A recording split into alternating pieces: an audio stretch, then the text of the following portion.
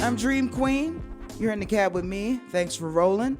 This is KMRD LP out of Madrid, New Mexico, and I do a book club here every Saturday that I can. This book is called The Prophet by Kahlil Gibran. Some of you have been following along. Some of you are brand new. If you're brand new, welcome.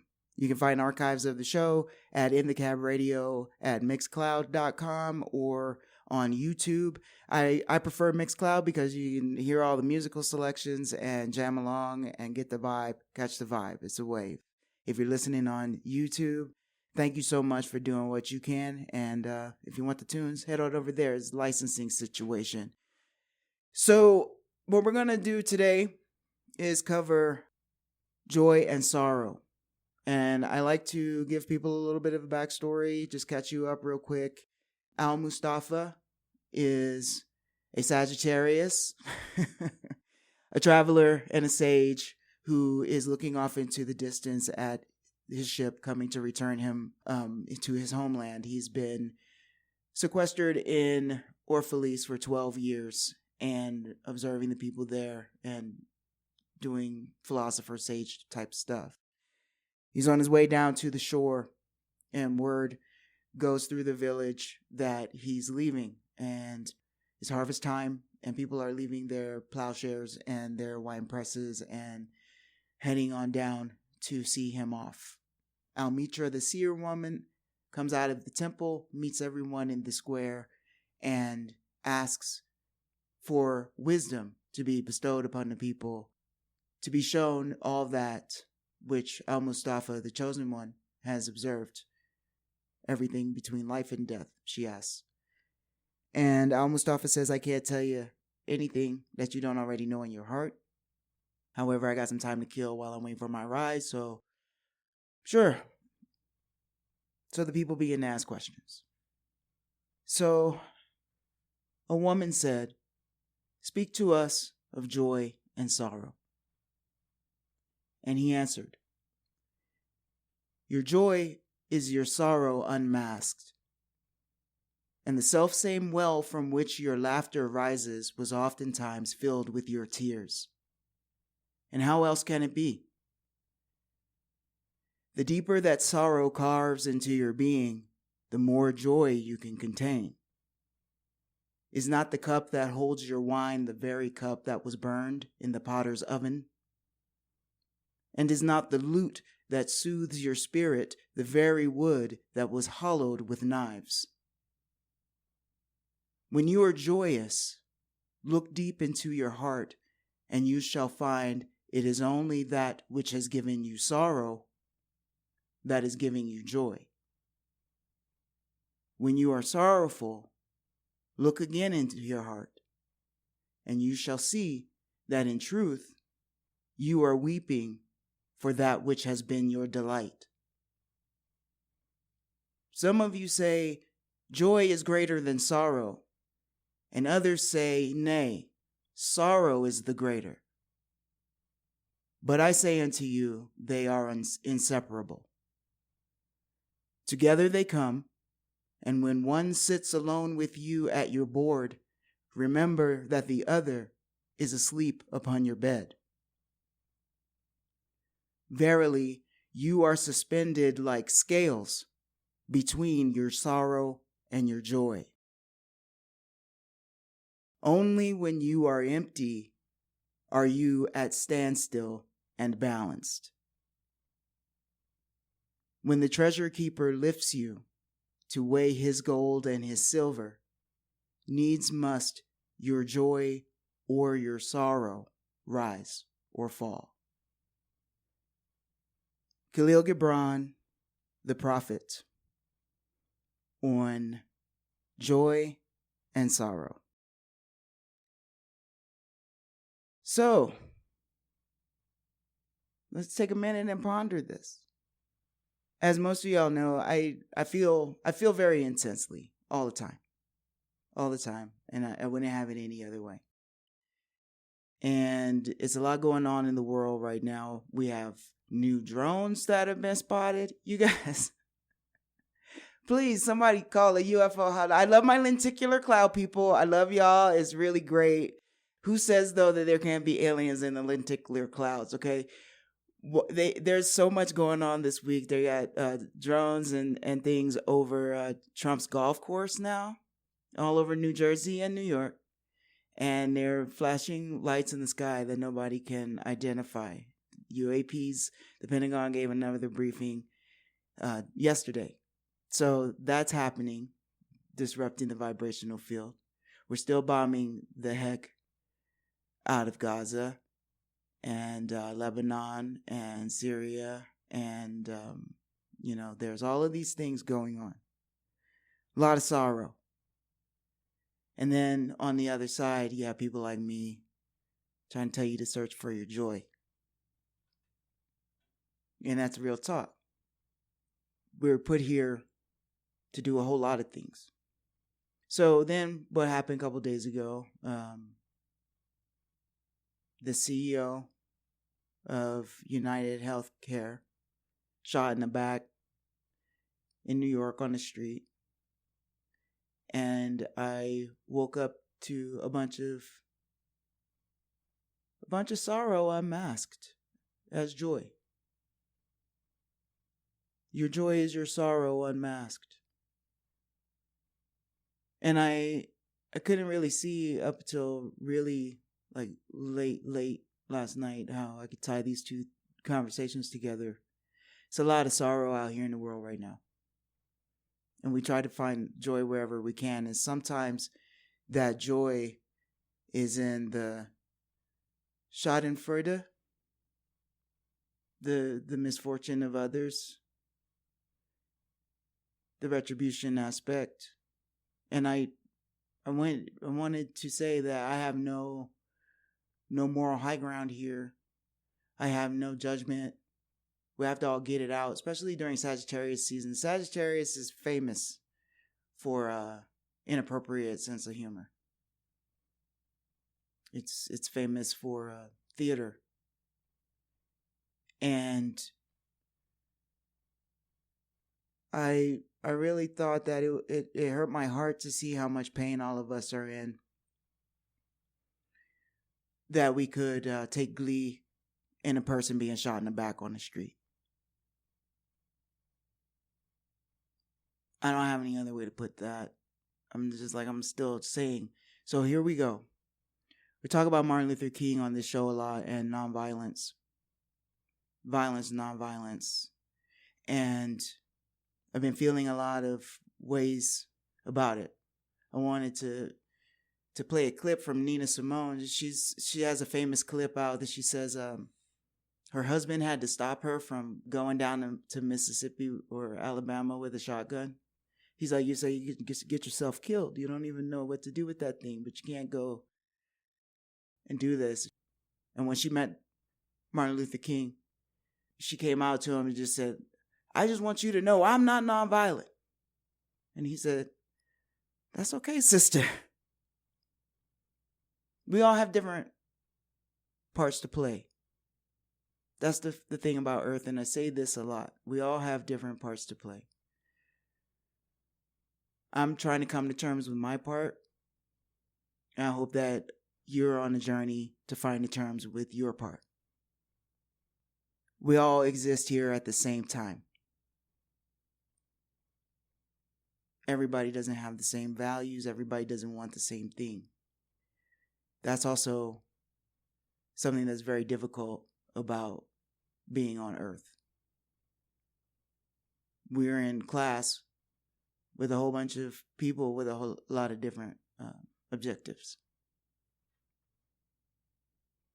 And it causes joy and it causes sorrow. We take hits. We lose people along the way. We get hurt. And we have to make the choice every single day whether to give up or show up. I was talking to a buddy of mine the other night, and we were talking about New Mexico being a right to die state. You know, when you get to a certain place in a terminal illness, and you have the right to choose with your doctor. You know, you'll have to go through a whole bunch of papers, but and diagnoses and things to decide. You know, but you do get to decide. And we both started talking about being in the most difficult times of our lives. For me, it was puberty. She was much more grown and going through some very, very, very, very hard times. And we talked about our suicide attempts. And she was like, you know, I think people should be able to decide if they want to be here or not. Because we were talking about the future and how desolate things are getting, and if they're going to have suicide booths like on Futurama, you know? And I was like, you know, it was some dark humor time. And she was like, you know, I don't think it was fair that the doctors did that they intervened between my choice. Now her life is different now. I mean, even at that time, she was what I would consider successful, but due to some things, some grief and some other things, she had a dark turn there for a little while. But she got a job, home, husband, kid, friends, her own business, and she's getting along great. She doesn't wear herself out worrying about everybody on the planet like I do. And she said, you know, that, and I thought, and I said, well, aren't you glad you're here though? I'm glad you're still here. I'm glad I'm still here. I'm glad that my worst day didn't allow me to make a bad decision like that. And put the people that I love and my family through that, because I was down and having a really hard time. And we think about the future for her son. We're Black people. So, you know, she's worried. California, urban areas. Why, you know, and we question it, but I think at the end of the day, it's better that we're here. So when I listen to the testimonials of the people who talk about how they were hurt by the healthcare system, these insurance companies, I agree. It's horrible. It's more than horrible. It's infuriating. It's nauseating. It's oppressive. Everything that people are saying, all the grief from having lost loved ones. And so I just am here sharing, because I know I've been on here talking about love your enemy, protect your back, protect your front, protect your homies. And I think there's something to be said about honorable warriors. I want to throw this out here as the discourse is happening. It's just a question. Are you sure you know what you're fighting for, and how to fight, and what the consequences are of our actions, and what we're creating as we move forward? What is our sorrow bringing? What kind of flowers? Blood flowers. I think of my ancestors, and I think of the world today, and people want to tell me whether I should participate in a violent overflow. A violent overflow of love is what I got. A violent overthrow of the government. Number one, my people were bombed to death over that just 40, 50 years ago. And we had to think of a different way. And I'm talking about Native American and Black people. We did a lot of fighting, and so folks are like, well, the guy got shot, the CEO got shot in the back and murdered, and now policies are changing.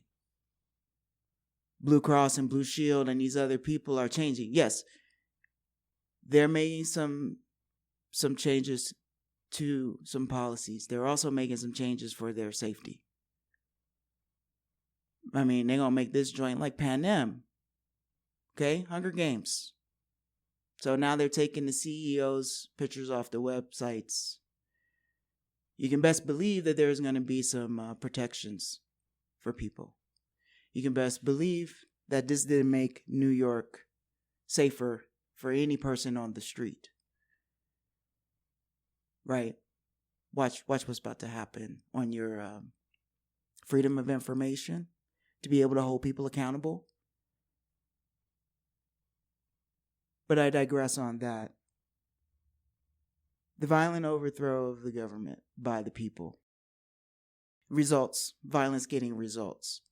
So Martin Luther King says, and Bell Hooks says, yes, violence will get you immediate results, but it doesn't keep long-term results. And the way we fight wars and the ways that we everything is done in America out of retribution now. It's not done with honor. That's really what happened. When I was listening with Wendy Young talking at her talk last week, and she brought back the Patriot Front, these young white men who are claiming that the United States was not stolen, it's conquered. America was conquered fair and square by the colonists, and it's over. It's not true, number one. It's never over. That's the thing about war. It's never over. Never. Because people will always want retribution. Always. I don't say justice, because justice, I think, is what we ultimately seek. But justice is about being fair. Justice is about balance. Justice is about accountability and change. Retribution is you get what's coming to you, like revenge, like eye for an eye. And Schadenfreude is Nelson on Google. If you Google it, they got Nelson when he goes, "Ha ha, you got murdered." But I can't bring nobody's grandma back, or their wife, or their kid, or their body part. So I'm not here to tell anybody anything. Just this is just my point of view. We can't let our sorrow dehumanize us. We can't let our sorrow help us add more misery to the world. That's just my point of view. It's my heart. I could feel a little groove in there. The sorrow carved into my being, and I have to contain joy. And what that means is that if I don't close myself off due to the pain that I've experienced in my life, I have the capacity to hold more. And when we're talking about joy, it's not just like a happiness or a temporary good feeling. It is a state of being. It's longer, and I think some people want to encourage us to feel that for longer and longer periods of time. At the end of this poem, I was a little confused. I had a question mark at it, and then it came to me like out of nowhere. This whole part about the scales, it takes it back to the Tao and the Buddhists and the middle way, to be neither pulled left or right by joy or sorrow, to always be balanced. That's a lot of work. That's a lot of work. It's a lot of work. We have grief. We have rage. We have all of this stuff, and we're just human. We're just human. don't judge each other too harshly out here. And don't turn into a barbarian. I'm not here to tell you what to do, but I'm just going to say, think about the warrior. Think about the warrior. When we fought with honor, these patriot, that's it, the Patriot Front people, and they think they won this. They fought with no honor. The settlers. They did all the things that we're doing now. All those buffalo they killed and stacked up. This is to deprive people of a food source, of shelter, the disease, all of these things. There's no fair fight. And I just want us to understand that when we train our warriors, whatever you're planning on doing to save the people, just make sure that it's coming from a place of honor, or that you are prepared for your own retribution when we become hungry for revenge. It becomes blinding. The blood gets in your eyes, and you develop a taste for it. If we don't have elders and shamans and our spiritual anchors, whatever those may be to you, to keep you grounded in virtue. Chastity is purity. And we don't want to become like them. We don't want to become like them. I'm not saying let somebody keep their boot on your neck. I rebel. But we don't want to become like them. Because then we don't know when it will stop. If we kill everyone who hurts anybody, the edge of the table for that envelope just keeps getting pushed further and further out. That's what happens. That's why it's a cycle. And we wind up abusing those that we care about because we're blinded. I'm Dream Queen. You've been in the cab with me listening to KMRD LP, Madrid, New Mexico, and we're in the book club talking about Kahlil Gibran's The Prophet. I encourage you to go online and see if you can get a PDF, a free version of the book, just a click away. It's out there all over the place. KahlilGibran.com. You can learn more about him and his work. He's a social justice warrior. And he died too young, 48. Just 1 year older than I am right now. A few months older than I am right now. And he died from alcoholism, complications from alcoholism. Sorrow. The feeling of the artist. So I just want to talk real quick before I get out of DJ Barnacle's way. I want to talk a little bit about acceptance and gratitude. When we accept, as the Buddhist first noble truth, life is suffering. The second noble truth is there is relief from the suffering. The third truth is that relief is found in the middle way. These teachings. But that first line about life is suffering, I feel like we all want to end suffering. Those of y'all that can hear me, and it's not all every person here, because obviously there are folks that inflict pain. But it's really we get obsessed with that, whether it be for ourselves or our loved ones, and world peace. It's Christmas time. What do we want? World peace. Part of my journey is coming to accept that it's not the primary objective of Classroom Earth. My takeaway for myself just right in this moment is to accept that and be grateful for everything that I can experience. Everything, and see every challenge as a lesson and an ability to be more grateful when I overcome these challenges.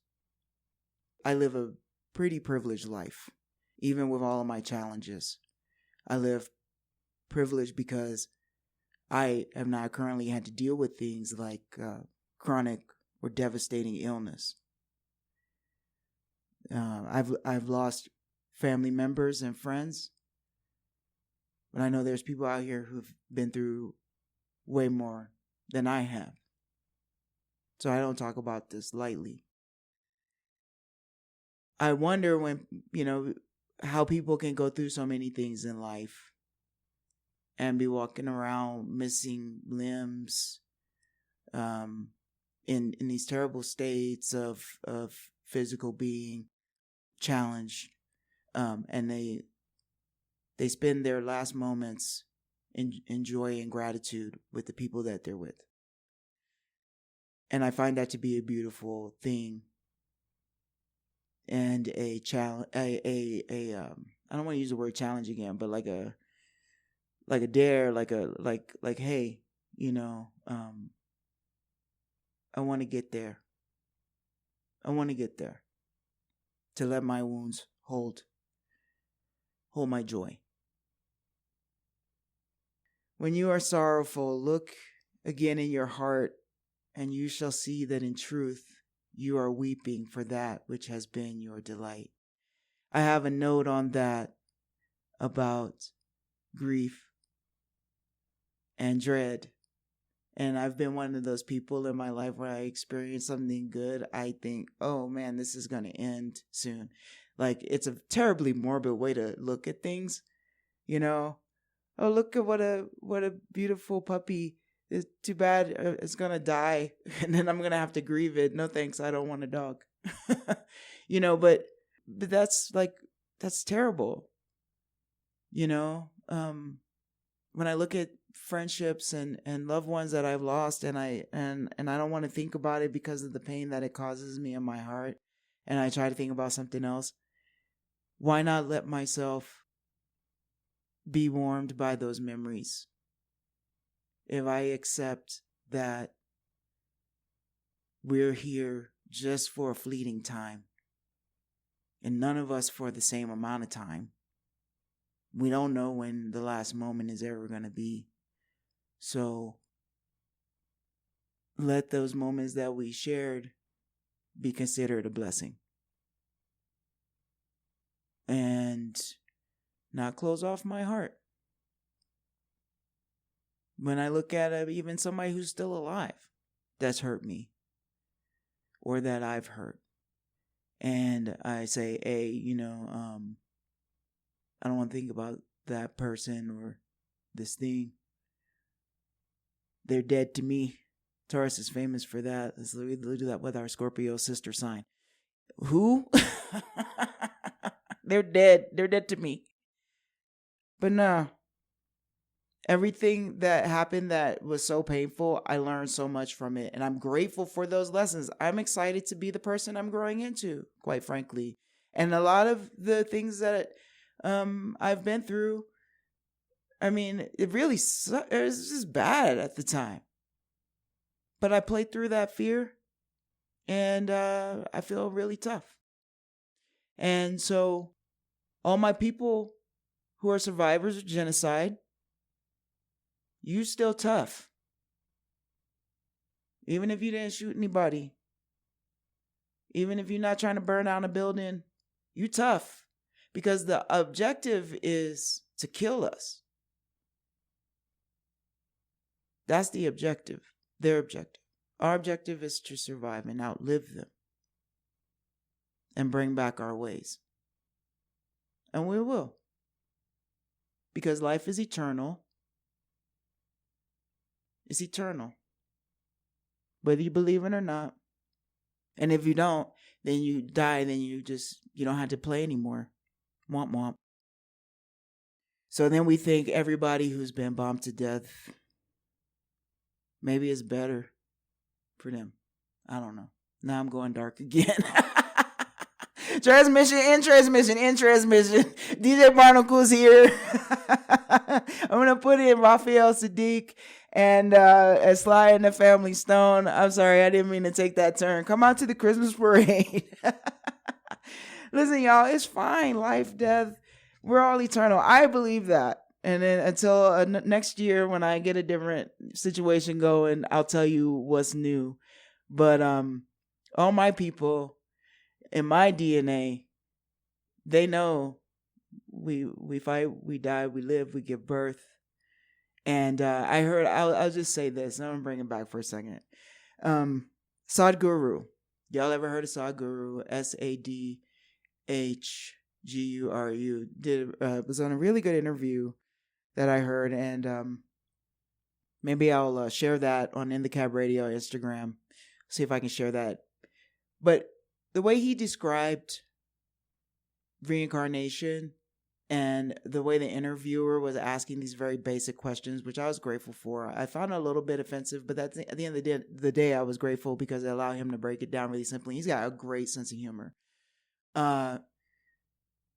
He said, "Are you born in looking the same that you do right now?" She's like, "Well, no. You know, you're born into a body and it grows and it decays." He said, when you lose 10 pounds, do you lose a part of who you are? And she said, no. And the idea is we may own something like our body, but we are not our body. We are not our consciousness. We are not the one thing or many things that we own here on earth, including these meat suits. So the other thing he said was this very interesting, Eastern philosophies encourage people to ask questions and not be left with absolutes. The job of the guru, by the way, is dispeller of darkness, is the way he explained the etymology of the word. Dispeller of darkness is to ask, to help the seeker hone their shovel to dig deeper. The shovel is truth, is the search for to ask questions. So I leave us all with love, no judgment on you for, poking fun or trying to laugh off the horror show that we live in right now. I just ask us to ask more questions and of who we are, what future we want to build, and who we want to be. Not even who you are right now, but who you aspire to be, and what future we want to create, because that's the opposite.